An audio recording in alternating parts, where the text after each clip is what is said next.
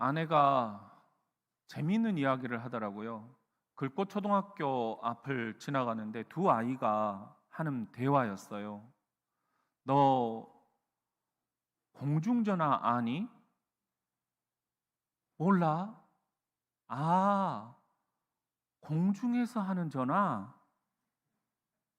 아내가 그 대화를 듣고는 웃고 있다가 가만 생각해 보니까 이 아이들이 공중전화가 뭔지를 모를 수도 있겠구나, 그런 생각이 들더라는 거예요. 요즘 우리 아이들 공중전화라는 단어를 잃어버렸습니다. 아내가 그러면서 또 이런 이야기를 하는 거예요. 요즘에 핸드폰에 그 여러 가지 표시들이 있잖아요. 아이들이 이 전화기, 수화기가 무슨 뜻인지를 모른다는 거예요. 설마. 그런데 곰곰이 생각해 보니까 진짜 이 스마트폰을 갖고 나가는 우리 아이들에게 이 표시가 무슨 의미가 있는지 모를 수도 있겠구나. 요즘 아이들 전화기, 수화기라는 단어를 잃어버렸습니다.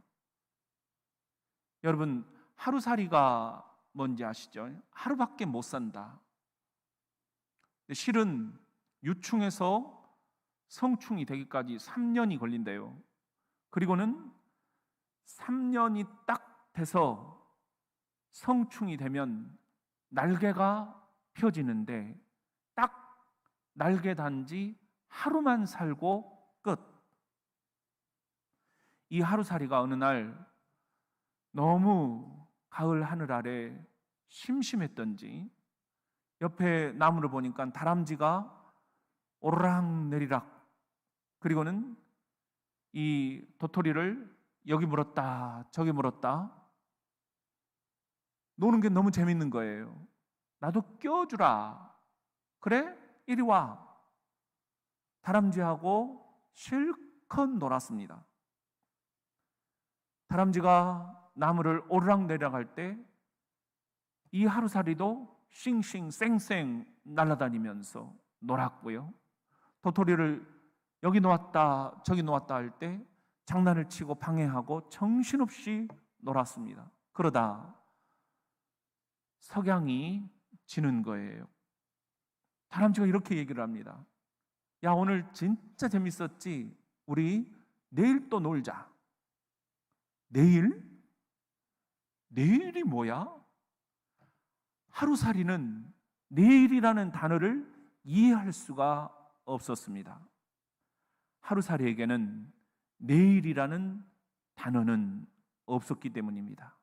내일이라는 단어를 잃어버리고 살아가는 하루살이 인생. 사랑하는 성도 여러분, 우리 인생도 이럴 수가 있습니다. 우리 같이 한번 따라해 봅시다. 우리는 희망이라는 단어를 잃어버렸다.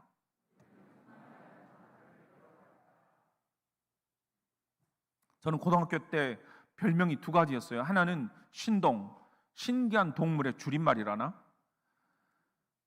우리 친구들은 논 메고 밥 메고 경운기 몰다가 아버지 일 도와주다가 학교에 오는 거예요. 공부에는 아무런 관심이 없었어요.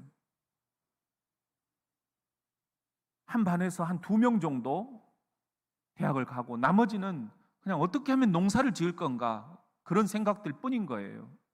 그런데 제가 선생님의 임무를 받아가지고 시골 애들도 생활영어 한마디씩은 할 줄 알아야지.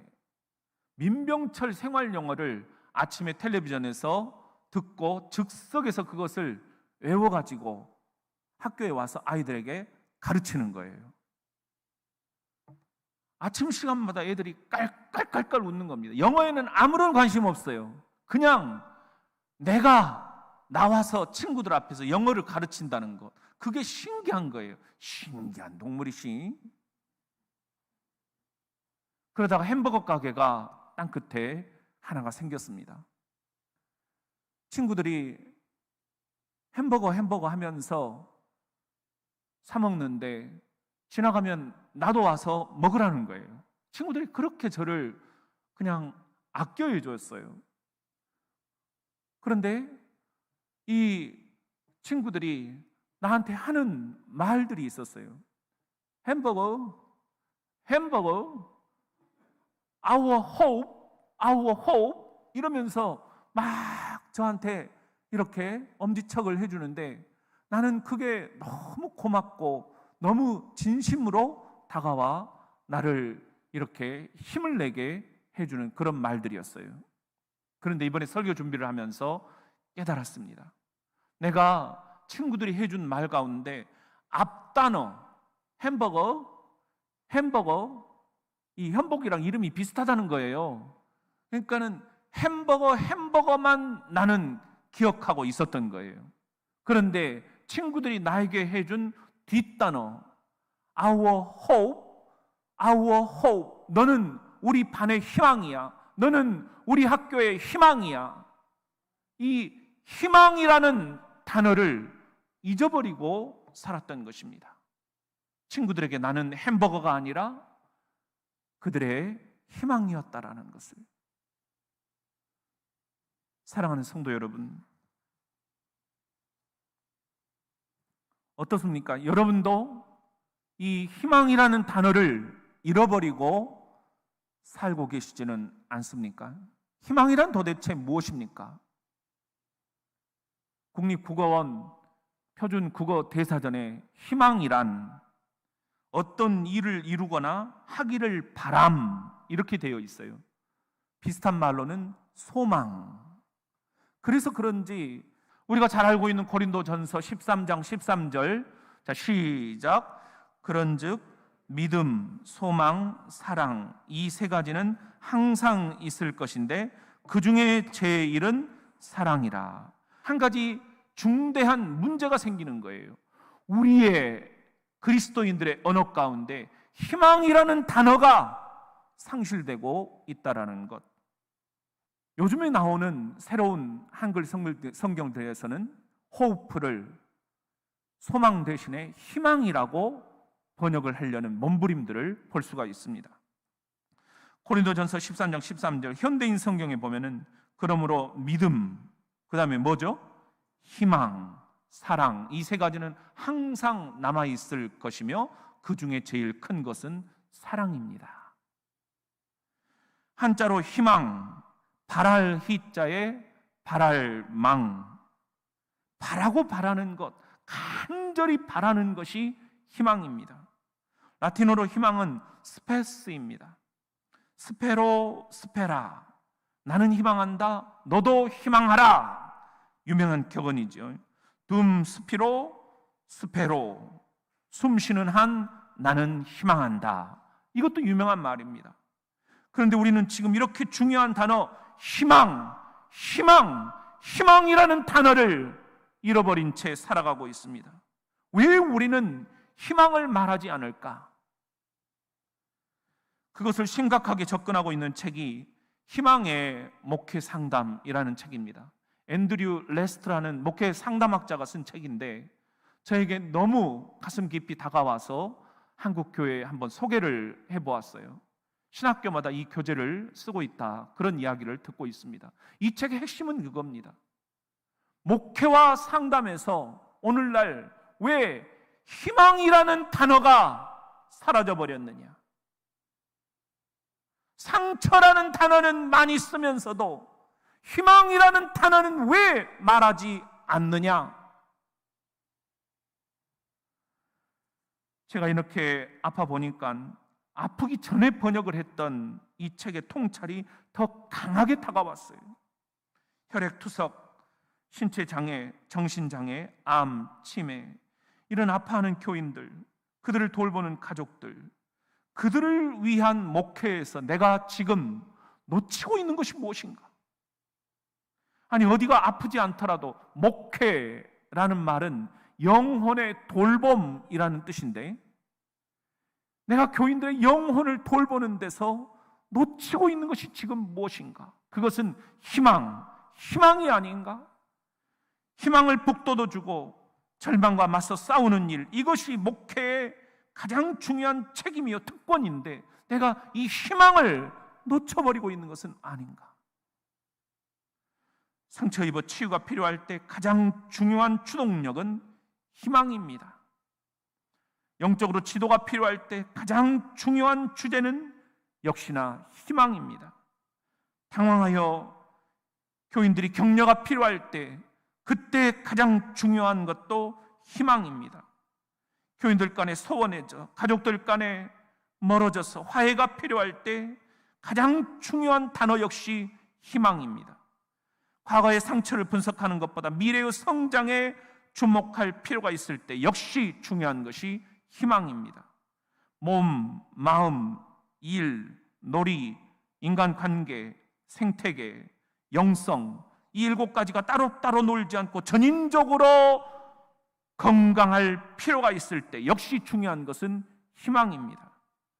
덫에 걸려 해방이 필요할 때 역시 우리에게 가장 중요한 목회 신학적인 주동력은 희망입니다. 그런데 왜 우리는 이 중요한 단어 희망이라는 말을 하지 않고 사는 걸까?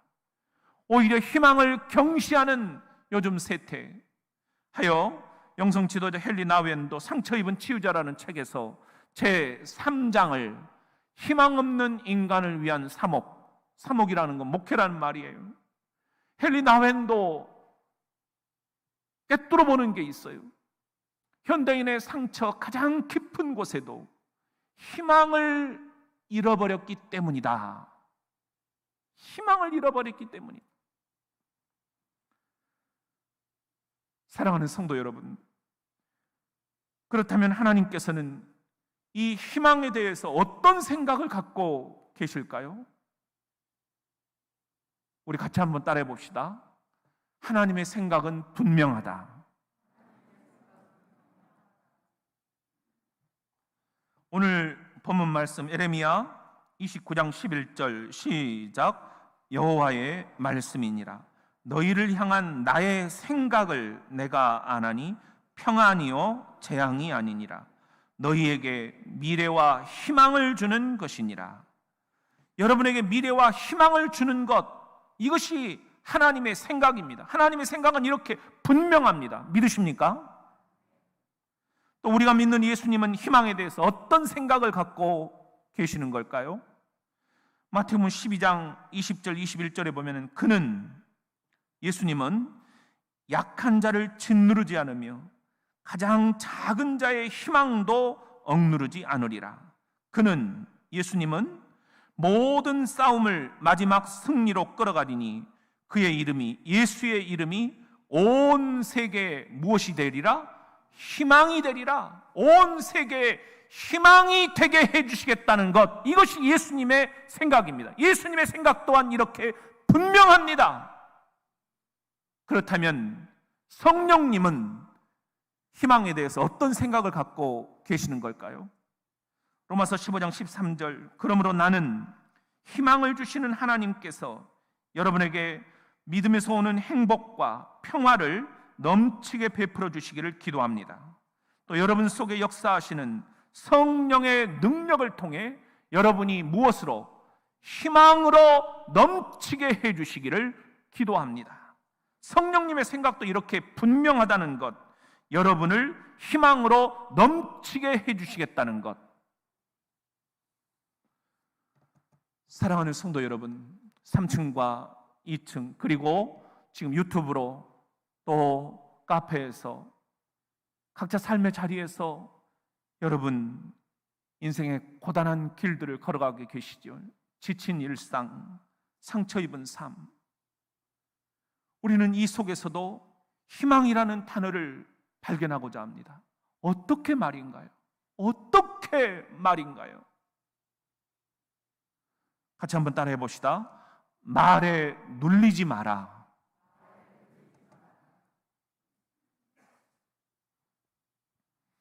김 집사님, 안타깝게도 의사에게 자궁암 말기라는 진단을 받습니다. 6개월밖에 못 산다. 이 의사의 말에 눌려서 6개월, 5개월, 4개월 죽을 날만 세고 있었습니다. 난 이제 몇 개월밖에 못 살아. 그 생각에 몰골은 갈수록 초췌해졌습니다. 말할 기력조차 없었습니다. 그러던 어느 날 같은 교회에 다니는 어떤 권사님이 그 집사님을 위로하기 위해서 병원 신방을 가신 거예요. 준비해온 예쁜 컵, 정성스레 차를 끓여서 그 컵에다가 따라 주었습니다. 김 집사님이 고마워요 이야기한 후에 힘겹게 컵을 들었습니다. 손은 부르르 떨리기 시작했습니다.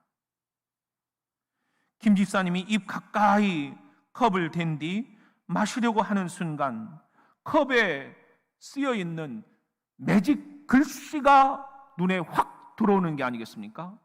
Never give up. 절대 포기하지 마세요. 이 권사님이 병원 신방을 오면서 준비해온 컵에다가 매직으로 써온 거예요. 집사님, 절대 포기하지 마세요. 이 글귀를 보는 순간 이 김 집사님 마음에 말로 형용할 수 없는 기운이 샘솟기 시작합니다. 그래, 난 한 번도 내 몸속의 암세포가 사라지는 상상을 해본 적이 없어. 난 죽을 날만 손꼽아 기다리고 있었어. 어차피 죽을 거라면 내 몸속의 암세포가 전부 다 사라지는 희망을 한 번은 가져보아야겠어. 어느새 새로운 용기가 솟아오릅니다. 그리고 간절히 기도합니다. 하나님, 내 몸속에 저 암세포가 말끔히 사라지는 희망을 한번 가져보려고 해요. 절대 포기하지 않도록 해주세요. 힘을 주세요, 저에게. 김 집사님 그 뒤부터 아름다운 풍경을 머릿속에 그리기 시작을 합니다. 좋은 생각만 하려고 노력을 합니다. 그러던 어느 날 창밖을 바라보는데 김 집사님 놀라운 광경을 목격합니다. 집마당 토끼가 오렌지를 갉아먹고 있었던 것, 자칫 아무 의미 없는 광경이라고 치부했을 수도 있던 터, 그러나 김 집사님은 아주 특별한 의미로 그것을 받아들인 것이에요. 김 집사님은 그 광경을 보면서 내 몸속의 암세포도 저렇게 토끼가 오렌지를 다 갉아먹듯이 NK 자연살상세포가 내 암세포를 죄다 싹 갉아먹어버리는 놀라운 일이 생길 거야 확신이 들기 시작을 했습니다. 그 뒤 김 집사님 점점 기운이 나기 시작을 했습니다. 주변 모든 것을 다 That's good, 좋은 쪽으로 생각을 하기 시작을 했습니다. 사람들의 말도 다 That's good, 좋은 쪽으로 받아들이기 시작을 했습니다. 머릿속에 떠오르는 것도 That's good, 다 좋은 것만 그림을 그리기 시작을 했습니다. 그랬더니 놀랍게도 변화가 생기기 시작을 했습니다. 어느 날 의사를 다시 찾아갔는데 의사도 놀라는 거예요. 환자분 몸속에 암세포가 하나도 안 보입니다. 정말 믿기지 않습니다. 이건 기적입니다. 이런 것을 볼 때 환자에게 어떤 말을 해줄 것인가 한번 곰곰이 생각해 볼 문제입니다. 당신 6개월밖에 살지 못합니다. 이렇게 말해줄 것인가? 집사님 절대 포기하지 마세요. 이렇게 권사님처럼 말해줄 것인가? 이건 무척 어려운 문제입니다. 답이 없습니다. 실제로 여러분 가족 중에 한 사람이 심각한 병에 걸렸을 때, 암에 걸렸을 때 그것을 알려줄 것인가? 아니면 그냥 알려주지 않는 게 나을 것인가? 우리나라는 보통 어떻게 하나요? 여러분이라면 어떻게 하시겠습니까? 여러분이 의사가 아니라 가족이라면 어떻게 하시겠습니까? 예수님이라면 어떻게 하실까요? 어떻게 하실까요? 우리 예수님은 여기에 대해 심각하게 고민을 해본 한 분의 의사가 있습니다. 제롬 그루프먼, 하버드 의대의 종양학과 교수입니다.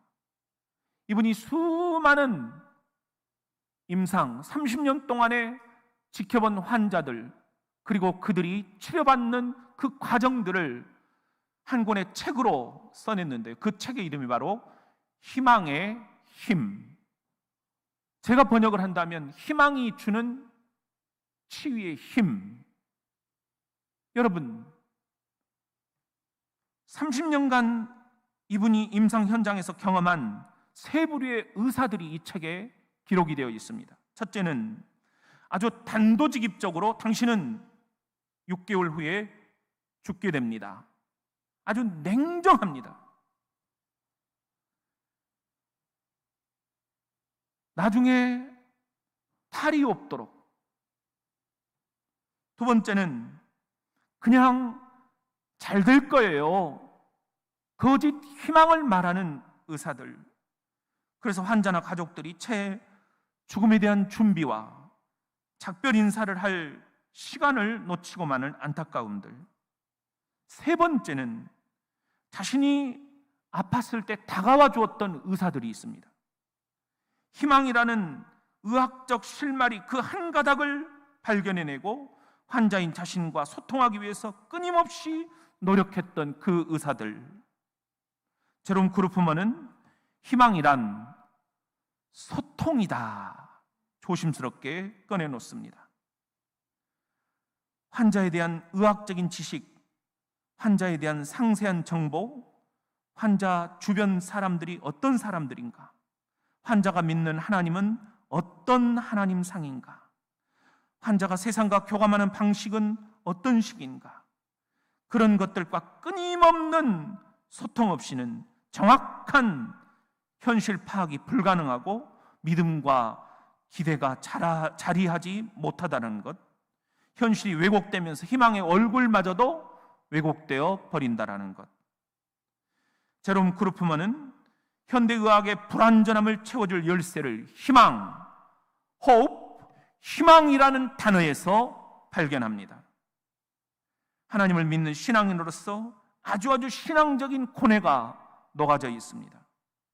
제롬 그루프먼의 이 책을 만난 것은 이번에 저에게는 하나님의 특별한 섭리였습니다. 제가 잃어버렸던 하나의 단어를 다시 발견했기 때문입니다. 희망, 그것은 희망.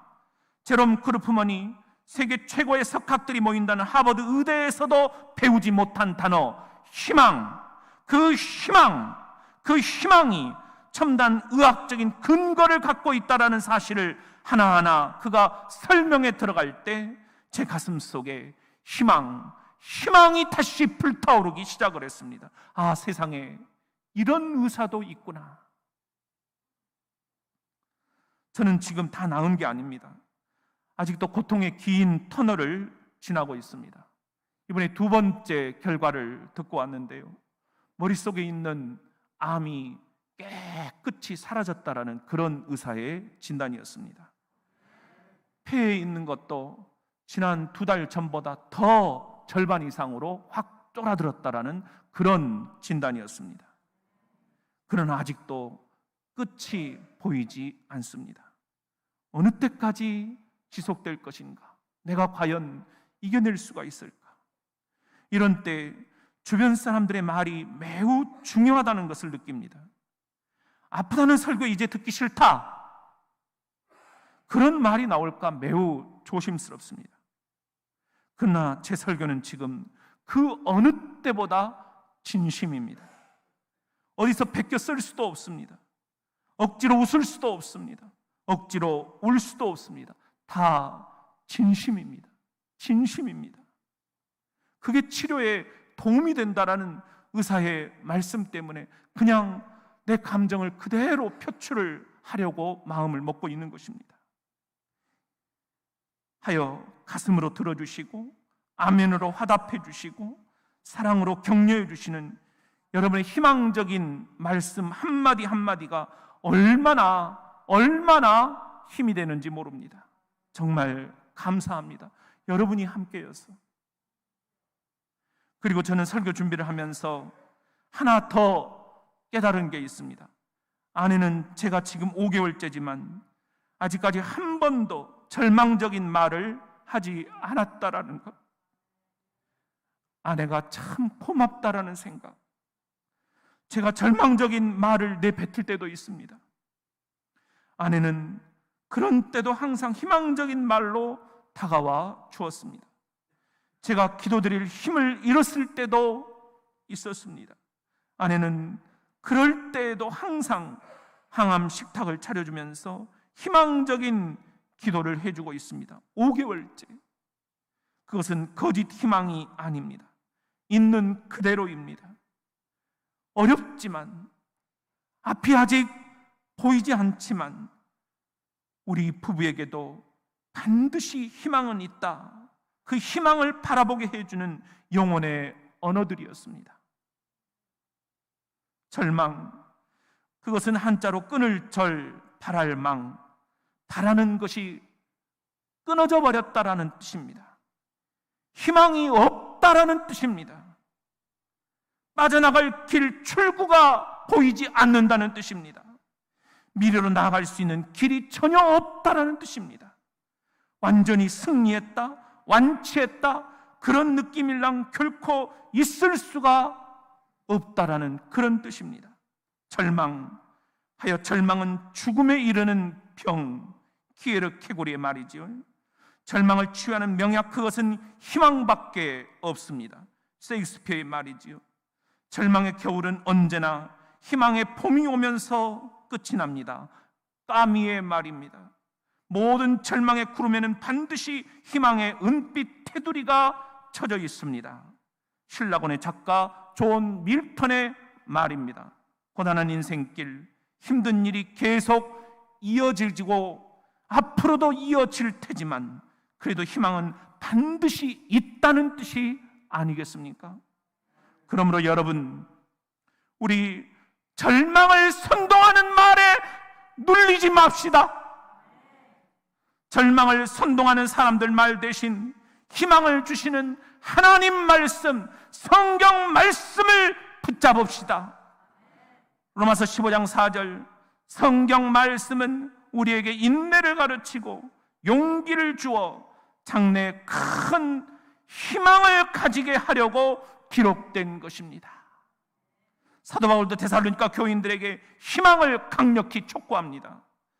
데살로니가전서 5장 8절, 그러나 우리는 빛 가운데서 사는 사람이므로 믿음과 사랑의 갑옷으로 몸을 보호하고 구원과 희망의 투구를 쓰고 침착하게 행동합시다. 히브리서 기자도 이 희망이라는 단어에 꽂혀 있습니다. 히브리서 6장 19절, 반드시 구원받는다고 하는 이 확고한 희망은 마치 우리 영혼을 이끄는 튼튼하고 믿을 만한 닭과 같았어 우리를 하늘의 지성소 안에 계시는 하나님께 이르게 합니다. 여기서 반드시 구원받는다고 하는 이때 이 구원은 치유라는 말과 성경 원어로 어근이 같다 말씀을 드렸습니다. 그렇다고 보면 이 6장 19절 이 말씀은 나는 반드시 치유받는다고 하는 이 확고한 희망은 마치 우리 영혼을 이끄는 튼튼하고 믿을 만한 큰 배의 닷과 같았어. 우리를 하늘의 지성소 안에 계시는 하나님께 이르게 해줍니다. 이런 뜻이 아니고 무엇이겠습니까? 그동안 저는 우리 교회를 어떻게 목회할 것인가, 여러분의 영혼을 어떻게 돌볼 것인가, 그 꿈을 3H의 신학으로 말씀을 드렸습니다. 예수 안에서 치유, 힐링, 예수 안에서 행복, 해피니스, 예수 안에서 거룩, 홀리니스, 이 세 가지를 추구하는 것이 목회 신학이었습니다. 그런데 이번에 설교 준비를 하면서 주님께서 놀라운 통찰을 하나 주셨습니다. 네 목회 신학에 뭐가 하나 빠져있다라는 말씀이에요. 뭐가 빠져있다라는 말씀이죠? 그렇습니다. 희망. 네가 교인들의 영혼을 돌보는데 정작 네 가까이 있다 보니까 네가 잃어버리고 있는 단어, 희망의 목회 신학, 희망이라는 단어를 잃어버리고 있다. 희망, 이 희망이라는 단어를 되찾아야 되겠구나. 주님이 그런 음성을 주시는 거예요. 그래서 저는 오늘부터 여러분에게 선포합니다. 우리 교회 목회를 어떻게 할 것인가? 상처 입은 여러분들의 영혼을 어떻게 돌볼 것인가? 이 지역사회, 이 한반도, 이 분단된 땅, 이 세계 열방, 어떻게 저와 여러분이 영혼을 돌보는 목회를 해나갈 수 있을 것인가? 3H의 신학에서 하나를 추가해서 4H의 신학으로 확대 발전시키고자 선포합니다. 예수 안에서 치유, 힐링, 예수 안에서 행복, 해피니스, 예수 안에서 거룩, 홀리니스, 그리고 하나를 추가해서 예수 안에서 무엇? 희망, 호흡. 이 네 가지의 목회 신학. 희망이 빠지면 안고 없는 찐빵, 거무줄 없는 팬티, 희망만이 답입니다. 희망이 없이는 우리 그리스도인들의 미래는 없는 것입니다. 예수 그리스도의 희망, 나는 반드시 치유된다는 희망, 나는 죽더라도 주님과 함께 부활한다라는 그 희망, 이 희망 가운데 살아야 하지 않겠습니까, 여러분? 사랑하는 성도 여러분, 저는 어제 이렇게 저에게 최첨단 희망이 날아오는 것을 목격했습니다. 아내가 어제 창밖을 보라고 하는 거예요. 요란한 괴성, 굉음, 비행기들이 샥 지나가는 거예요. 10월 1일 국군의 날 기념식이었어요. 육군 본부에 있을 때는 2번이나 내빈 안내를 한다고 그 자리에 있었는데 어제는 집에서 그리고 또 텔레비전으로 보았습니다. 창공을 가로질러 계룡대 연병장을 향해 날던 블랙 이글스 첫 번째 임무를 마치고 저 계룡산 너머로 사라져버리는 거예요. 아쉽더라고요. 그런데 잠시 후 아나운서의 멘트, 자 여러분 다시 저 오른쪽 하늘을 바라보십시오. 우리 대한민국의 하늘을 지키는 블랙 이글스입니다.